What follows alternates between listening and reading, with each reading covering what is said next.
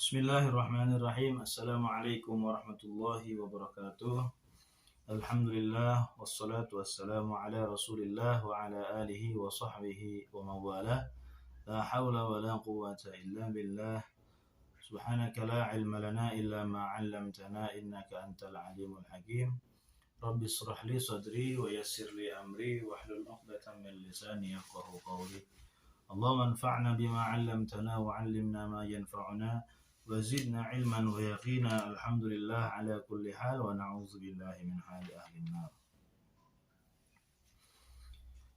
Alhamdulillah, pada kesempatan kali ini kita masih diberikan nikmat oleh Allah Subhanahu wa taala, nikmat iman, nikmat Islam, juga nikmat sehatul afiat, sehingga kita semua senantiasa sampai detik ini kita diberikan kesempatan oleh Allah Subhanahu wa taala untuk mengkaji atau membaca hadis ya, seperti biasanya.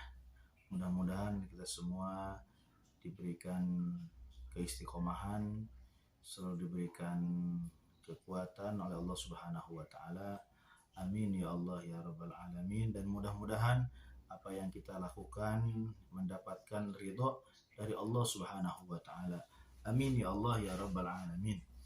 Ikhwan semua yang dirahmati Allah Subhanahu wa taala, pada kesempatan kali ini kita akan membahas ya, atau membacakan satu hadis ya, yang mana bunyi hadis ini adalah idza ataqallahu malan falyura atharu ni'matillah alaika wa karamatihi. Rawahu Hakim an Walid Abil Akhwas. Yang artinya idza ataqallahu malan, ketika Allah Subhanahu wa taala memberikan harta benda kepada kamu, fal yura atharu ni'matillahi 'alaika wa karamatihi, maka perlihatkanlah nikmat tersebut ya, wa karamatihi, dan karunia Allah tersebut ya. Atharu ni'mah itu apa namanya, bekas nikmat ya, atau pengaruh nikmatnya. Atharu ni'matihi ya, atharu ni'matillah alaika, yaitu pengaruh nikmat Allah atas kamu, wa karamatihi, dan kemuliaan atau karunia Allah tersebut atas dirimu. Nah ya. Nah di sini Rasulullah Shallallahu Alaihi Wasallam, ikhwan semua yang dirahmati Allah, beliau memerintahkan kepada kita untuk memperlihatkan ya, nikmat yang Allah berikan kepada kita.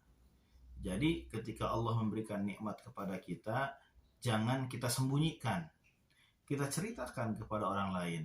Nah, salah satu bentuk syukur kita atas nikmat yang Allah berikan kepada kita ya adalah menceritakan kepada orang lain. Nah, bahkan Allah menyebutkan Al-Quran ya, fa'amma bini'mati rabbika fahaddits ya, dan terhadap nikmat Rabbmu, maka hendaklah kamu menyebut-nyebutnya. Nah, ya, menceritakannya ya, dengan cara bersyukur. Nah, itu dengan cara menceritakan apa yang kita dapatkan ya dari Allah, bukan berarti sombong ya. Itu bukan termasuk sombong. Kalau sombong kita membanggakan diri, merendahkan orang, itu sombong namanya. Tapi kalau kita diberi nikmat oleh Allah Subhanahu wa taala, kemudian kita ceritakan kepada orang, alhamdulillah saya mendapatkan nikmat ini, kita ceritakan. Ya. Nah, itu adalah bentuk syukur kita kepada Allah Subhanahu wa taala. Ya.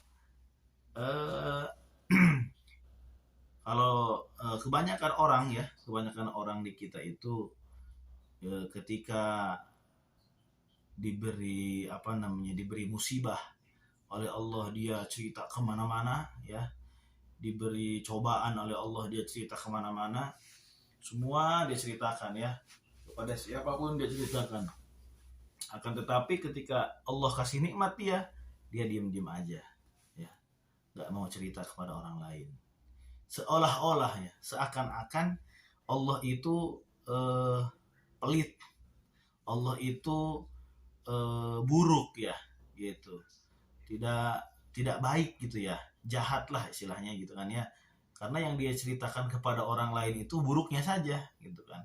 Ketika diberikan cobaan, diberikan musibah, dia ceritakan. Akan tetapi ketika dia diberikan nikmat oleh Allah, dia diam-diam saja, tidak dia ceritakan, alhamdulillah Allah maha baik telah memberikan saya karunia ini. Tidak seperti itu ya. Mungkin di kalangan di masyarakat kita apa namanya pengaplikasian untuk menceritakan dengan cara tasyakuran mungkin ya. Kalau di kita kan suka ada apa namanya lahiran, kemudian tasyakuran, 4 bulanan tasyakuran, ya bentuk rasa syukur kita kepada Allah. Kita menceritakan kepada orang lain, sekalian minta doanya kepada orang lain gitu kan ya, atas nikmat yang Allah berikan kepada kita. Nah itu ya, jadi bukan termasuk sombong ya. Nah, gitu. Jadi kalau kita punya nikmat, kita ceritakan, itu bagus itu ya. Nggak beda jauh seperti inilah ya, tidak beda jauh seperti ini. Kita punya teman ya. Kita punya teman, kemudian teman kita banyak memberikan kebaikan-kebaikannya kepada kita ya, banyak memberikan kebaikan-kebaikannya, tapi kita nggak pernah cerita kepada orang lain tentang kebaikan teman kita tersebut. Akan tetapi ketika dia memberikan satu keburukan, kesalahan kepada kita, kita langsung cerita kepada orang lain tentang keburukannya. Kira-kira apa namanya, ridho nggak tuh si teman tersebut? Marah nggak kira-kira? Marah ya. Mungkin dia bilang kebaikan saya banyak tapi tidak diceritakan, tetapi satu keburukan saya yang saya berikan, yang saya apa namanya dia yang diterima dari saya, dia ceritakan kemana-mana. Nah itu ya, itu gambaran kecilnya lah ya, itu gambaran kecilnya ya. Jadi kata Rasulullah, kalau kita apa namanya mendapatkan kenikmatan oleh Allah, dari Allah ya, harta benda ya, maka kita perlihatkan pengaruh nikmatnya dengan cara bersedekah ya, kemudian apa namanya menyantuni anak yatim, pondok pesantren, memberikan santunan kepada orang-orang fakir miskin dan lain sebagainya ya. Itu kita perlihatkan ya, apa namanya asar nikmatnya ya, bekas nikmatnya atau pengaruh nikmatnya gitu ya. Nah itu ya. Nah begitu. Jadi nah itu hadis yang alhamdulillah ya baru saja kita dengarkan, kita bacakan tadi. Mudah-mudahan meskipun padat singkat, tapi mudah-mudahan ada manfaatnya ya, khususnya bagi pribadi saya, umumnya bagi mustami'in semua. Terima kasih. Wal afu minkum. Wassalamualaikum warahmatullahi wabarakatuh.